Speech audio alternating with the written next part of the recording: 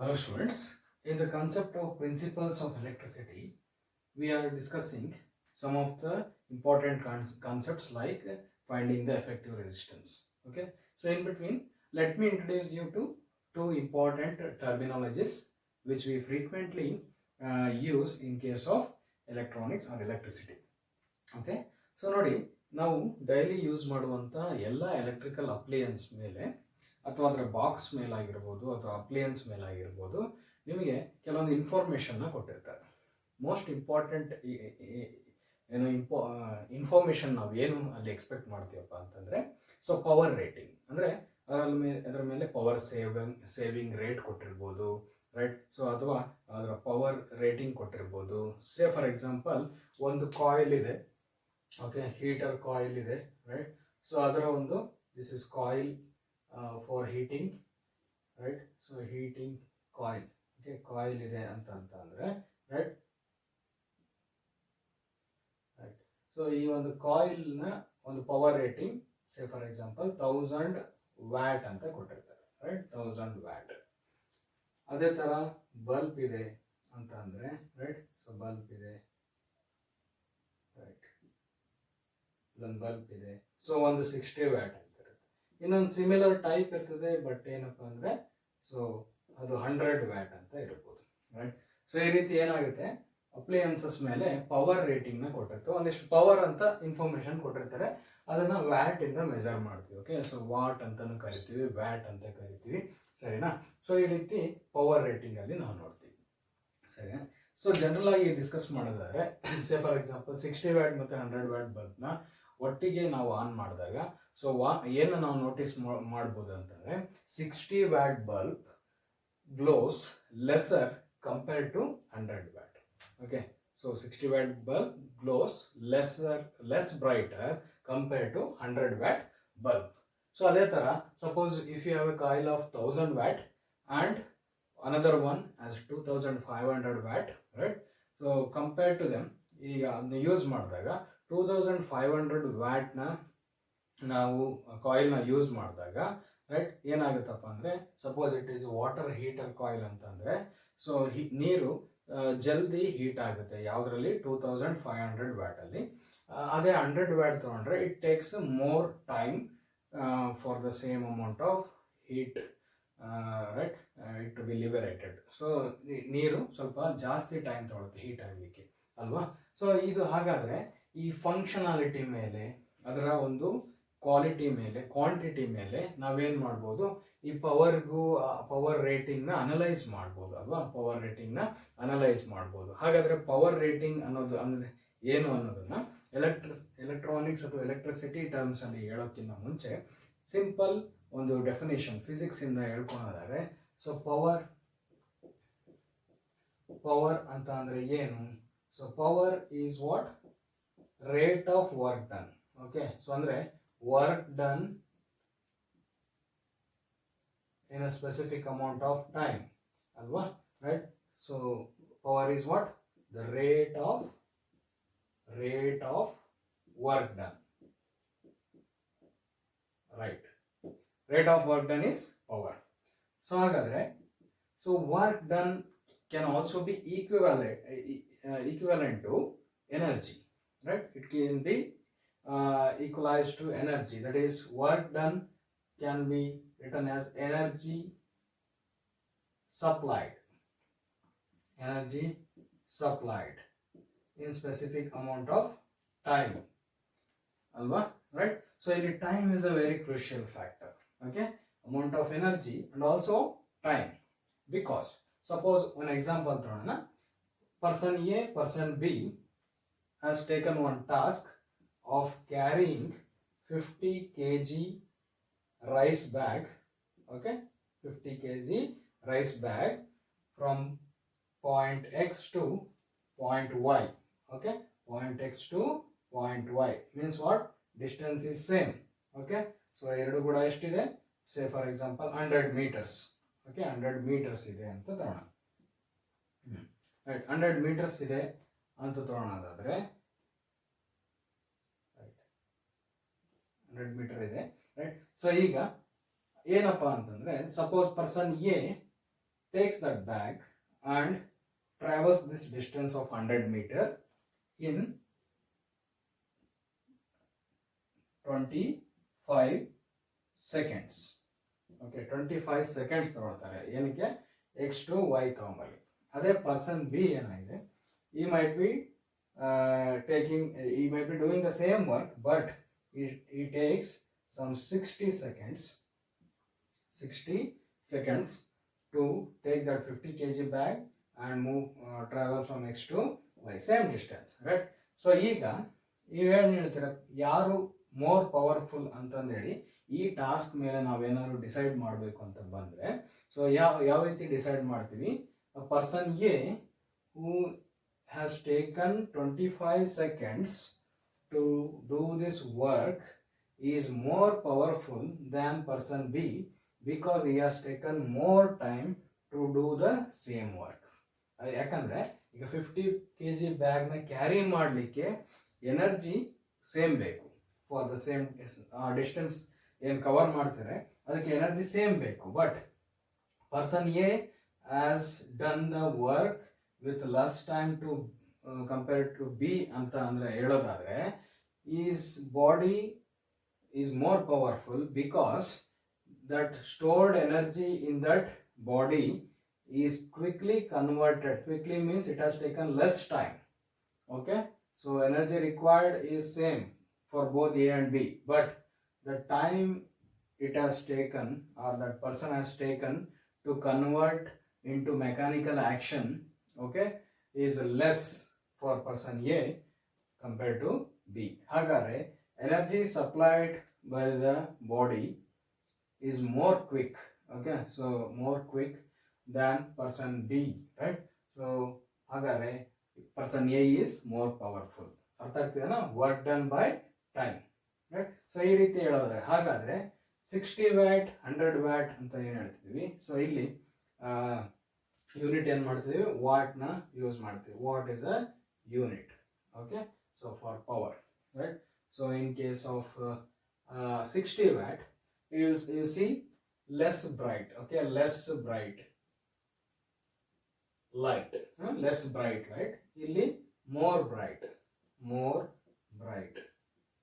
So ಅಂದರೆ ಅರ್ಥ ಏನು, ಈ ಟಂಗ್ಸ್ಟನ್ ಏನಾಗುತ್ತೆ, ಹೀಟ್ ಆಗಲಿಕ್ಕೆ it takes more time and it takes that energy, and to convert that energy into light it takes more time, whereas this 100 watt bulb takes less time to convert that energy into light. Okay, so energy supplied will be same but the conversion will be very quick.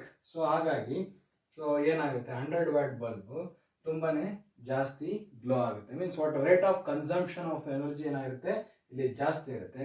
ಅವಾಗ ಆ ಒಂದು work ಏನಾಗುತ್ತೆ ತುಂಬ quick ಆಗುತ್ತೆ, more efficient ಆಗುತ್ತೆ ಅಥವಾ speed ಆಗುತ್ತೆ, right? So light ಜಾಸ್ತಿ ಬ್ರೈಟ್ ಆಗಿರುತ್ತೆ. ಅದೇ 60 ವ್ಯಾಟ್ ಅಲ್ಲಿ ಏನಾಗುತ್ತೆ, it will be less bright. Okay, so ಹಾಗಾದರೆ ಅದೇ ಥರ ವಾಟರ್ ಹೀಟಿಂಗ್ ಫಂಕ್ಷನಾಲಿಟಿ ಅಂತ ತಗೊಂಡ್ರೆ 1000 ವ್ಯಾಟ್ ಕಾಯಿಲ್ ಏನಿರುತ್ತೆ, it takes more time to convert electrical energy into heat energy, ಸರಿನಾ? ಹಾಗಾಗಿ it takes this one, okay, so it takes more time in conversion, right? So and also there can be another factor of what dissipation means, what here along with the energy converting into light, right? So it is also converted into some heat energy, sarina? Adhe tara illi it will be converted into heat energy, but it takes less, more time compared to 2500 watt coil. Okay, right? ಹಾಗಾಗಿ ಈ ಕಾಯಿಲು ಜಾಸ್ತಿ time ತೊಗೊಳುತ್ತೆ ನೀರನ್ನ heat ಮಾಡಲಿಕ್ಕೆ. ಈ coil ಅಂದರೆ 2500 watt ಇರುವಂಥ coil ಕಡಿಮೆ time ತೊಗೊಳುತ್ತೆ ಅಂತಂದೇಳಿ ಹೇಳ್ತೀವಿ. Because there power rating matters. Okay, power rating matters. Okay, so ಇದಿಷ್ಟು ಏನಂದರೆ ಜನರಲ್ ಆಗಿ ನಮ್ಮ ಲೈಫ್ಗೆ ರಿಲೇಟ್ ಆಗಿರ್ತಕ್ಕಂಥ ಕೆಲವೊಂದು ಎಕ್ಸಾಂಪಲ್ನ ನಾವು ತಗೊಂಡು ಈ ಒಂದು ಪವರ್ ರೇಟಿಂಗ್ನ ಇಂಪಾರ್ಟೆನ್ಸ್ನ ನೋಡಿದ್ವಿ. ಅದೇ ಥರ ಅದನ್ನು ಜನರಲ್ ಆಗಿ ಒಂದು ಅನಾಲಜಿ ಮೂಲಕ ಅರ್ಥ ಮಾಡ್ಕೊಂಡ್ವಿ. ಹಾಗಾದ್ರೆ ಈ ಪವರ್ ರೇಟಿಂಗ್ ನ ಎಲೆಕ್ಟ್ರಿಸಿಟಿಯಲ್ಲಿ ಅಥವಾ ಎಲೆಕ್ಟ್ರಾನಿಕ್ಸ್ ಅಲ್ಲಿ ಯಾವ ರೀತಿ ನಾವು ನೋಡಬೇಕು, ಯಾವ ಟರ್ಮ್ಸ್ ನ ನಾವು ರಿಲೇಟ್ ಮಾಡಬೇಕು ಅಂತಂದೇಳಿ ಇಲ್ಲಿ ನೋಡೋಣ, ಸರಿನಾ? ರೈಟ್. ಸೊ ಪವರ್ ನ ಪಿ ಅಂತ ರೆಪ್ರೆಸೆಂಟ್ ಮಾಡೋದಾದ್ರೆ, ರೈಟ್, ವರ್ಕ್ ಡನ್ ನ ಡಬ್ಲ್ಯೂ ಅಂತ ಕರಿತೀನಿ. The small T represent time of usage, ಅಥವಾ ಯಾವ ಟೈಮಲ್ಲಿ ಆ ಒಂದು ವರ್ಕ್ ಆಗಿದೆ ಅದನ್ನ ಹೇಳೋದು. ಸೊ ಹಾಗಾದ್ರೆ work done by time is what? Power. So work done is what? Nothing but energy. So ಹಾಗಾದ್ರೆ ಎನರ್ಜಿನ ಇ ಅಂತ, ಸೊ ಬೈ ಟಿ ಈ ರೀತಿನೂ ಬರೀಬಹುದು. Okay, so we know this, we know the expression for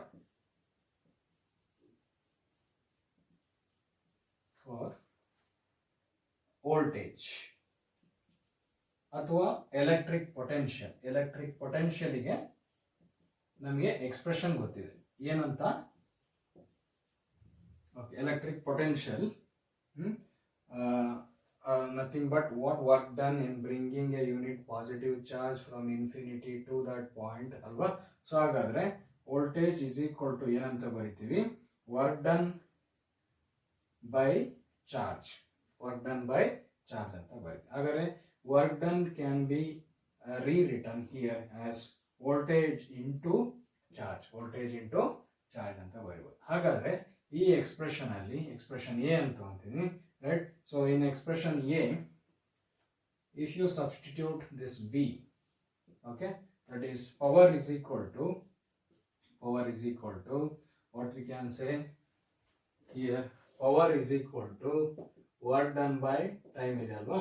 so work done place ಅಲ್ಲಿ ಏನು ಬರೆಯೋಣ? So will write voltage into charge divided by time, ಸರಿನಾ?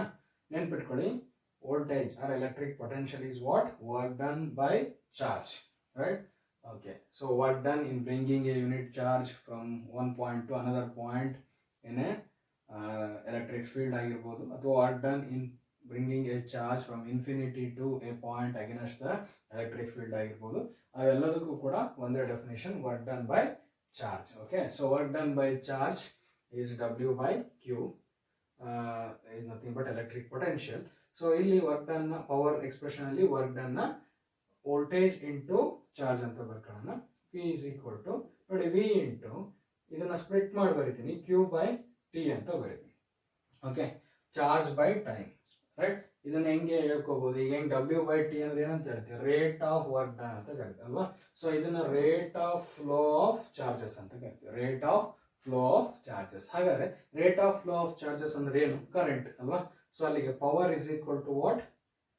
V into I. Okay, since current is equal to what? Charge by time, charge by time. So ಹಾಗಾದ್ರೆ ಎಲೆಕ್ಟ್ರಿಸಿಟಿಯಲ್ಲಿ power ಅಂತ ಹೇಳಿದಾಗ, so how you can express that in voltage and current? It is a product of, power is what? Product of voltage and current. Okay, so I think you understand this one, right? So agare power is what? Product of voltage and current. So idra ಬೇರೆ form ಅಲ್ಲಿ ನಾವು ಬರೆಯೋದಾದ್ರೆ, so final ಆಗಿ electricity ನಾವು V into I ಅಂತ ಬರ್ಕೊಂತೀವಿ. Using Ohm's law we can also write this, okay, in different forms. That is, V is equal to IR is what? Our Ohm's law, simple Ohm's law. So here in case of power, if you want to replace this V by current, right? So V ತೆಗೆದ್ಬಿಟ್ಟು ನಾನು ಬರೆಯೋದಾದ್ರೆ, so ಏನು ಬರಿಬೋದು? V is equal to I into R ಅಂತ ಇದೆಯಲ್ಲ, P is equal to, in case of V we can write I into R into I. So ಹಾಗಾದ್ರೆ expression ಏನಾಗುತ್ತೆ? For power P is equal to I square into R, I square into R. Okay, right. What is the unit? Watt. So watt is the unit, right? Then another form, suppose P is equal to V into I ಇದನ್ನ using same Ohm's law, right? Okay, right. So you can also write I is equal to ಏನಂತ ಬರಿಬಹುದು? V by R from Ohm's law ಅಲ್ವಾ? From Ohm's law. So Ohm's law ಪ್ರಕಾರ ಬರೆಯೋದಾದ್ರೆ P is equal to V ಹಾಗೆ ಇಟ್ಕೊಳ್ಳೋಣ. ಈಗ ಐನ V by R ಅಂತ ಬರೆಯೋಣ. ಸೊ ಹಾಗಾದ್ರೆ ಪವರ್ ಇಸ್ ಈಕ್ವಲ್ ಟು ಏನಾಗುತ್ತೆ, V square V into V by R ಅಲ್ವಾ. So V square by R ಆಗುತ್ತೆ ಅಲ್ವಾ. ಇದು ಒಂದು ಫಾರ್ಮ್. ಸೊ ಪವರ್ನ ಬೇರೆ ಬೇರೆ ಫಾರ್ಮ್. ಹಾಗಾದ್ರೆ ಫೈನಲ್ ಆಗಿ ಇಲ್ಲಿ ಬರ್ಕೊಳ್ಳೋಣ. P is equal to V into I ಒಂದು form, P is equal to V square by R, that is another form. Power is equal to I square into R. So these are three forms of electrical power which we have to use depending on the type of data given in the problem. Okay, so problem ಆಗಿರ್ಬೋದು, concept ಆಗಿರ್ಬೋದು, ಅಲ್ಲಿ ಯಾವ data ಕೊಟ್ಟಿದ್ದಾರೆ, resistance ಬಗ್ಗೆ discuss ಮಾಡಿ, current ಬಗ್ಗೆ discuss ಮಾಡಿದರೆ ಇದನ್ನು ಬರೀಬೇಕು, ವೋಲ್ಟೇಜ್ ಬಗ್ಗೆ ಡಿಸ್ಕಸ್ ಮಾಡಿ ರೆಸಿಸ್ಟೆನ್ಸ್ ಅಂದರೆ ಈ ಥರ ಬರೀಬೇಕು. ರೆಸಿಸ್ಟೆನ್ಸ್ ಬಗ್ಗೆ ಏನೂ ಗೊತ್ತಿಲ್ಲ, ಆವಾಗ ವಿ ಇಂಟು ಐ ಫಾರ್ಮ್ನ ಯೂಸ್ ಮಾಡಿಕೊಂಡು ಪವರ್ನ ಪ್ರೆಡಿಕ್ಟ್ ಮಾಡಬೇಕು ಅಥವಾ ಪವರ್ನ ಕ್ಯಾಲ್ಕುಲೇಟ್ ಮಾಡಬೇಕು. ಸರಿನಾ. So this is regarding what electric power. ಇಲ್ಲಿ ತನಕ ನಾವು ಹೇಳಿದ್ದೇನೋ ಎಲೆಕ್ಟ್ರಿಕ್ ಪವರ್. ಸೊ ಹಾಗಾದ್ರೆ ಡಿಫೈನ್ ಮಾಡ್ಕೊಳ್ಳೋದಾದ್ರೆ the rate of work done or the rate at which the energy is supplied, electrical energy is supplied to the appliance is called as electric power. Okay, or in other words, the rate at which electrical energy is consumed by the appliance is what electric power of that appliance. Okay, we'll see the next terminology in our next video. Okay, thank you.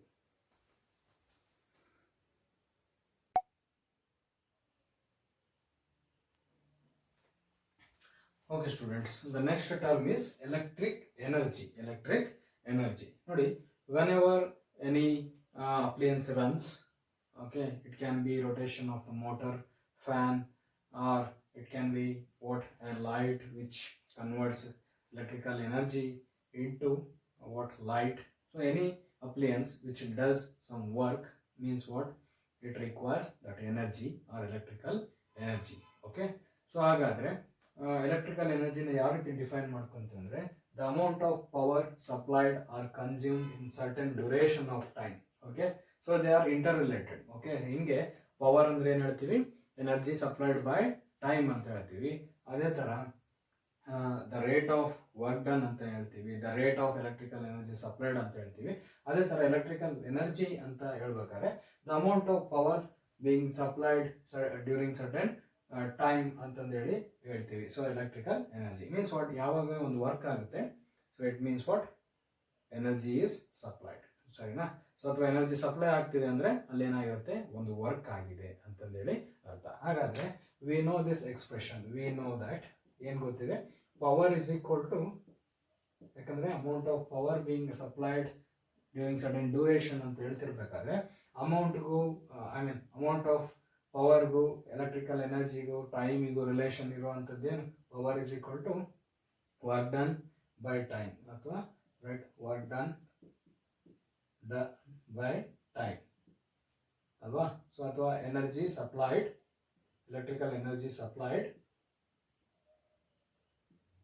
In time. Okay, during certain time.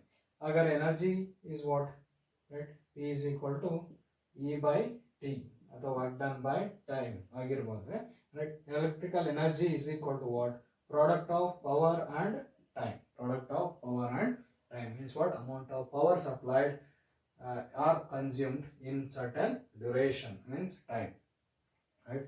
ಹಾಗಾದ್ರೆ P is what, power into time. ಹಾಗಾದ್ರೆ electrical energy ನ ಯಾವ ರೀತಿ define ಮಾಡ್ಕೋಬಹುದು, it is a product of power and time.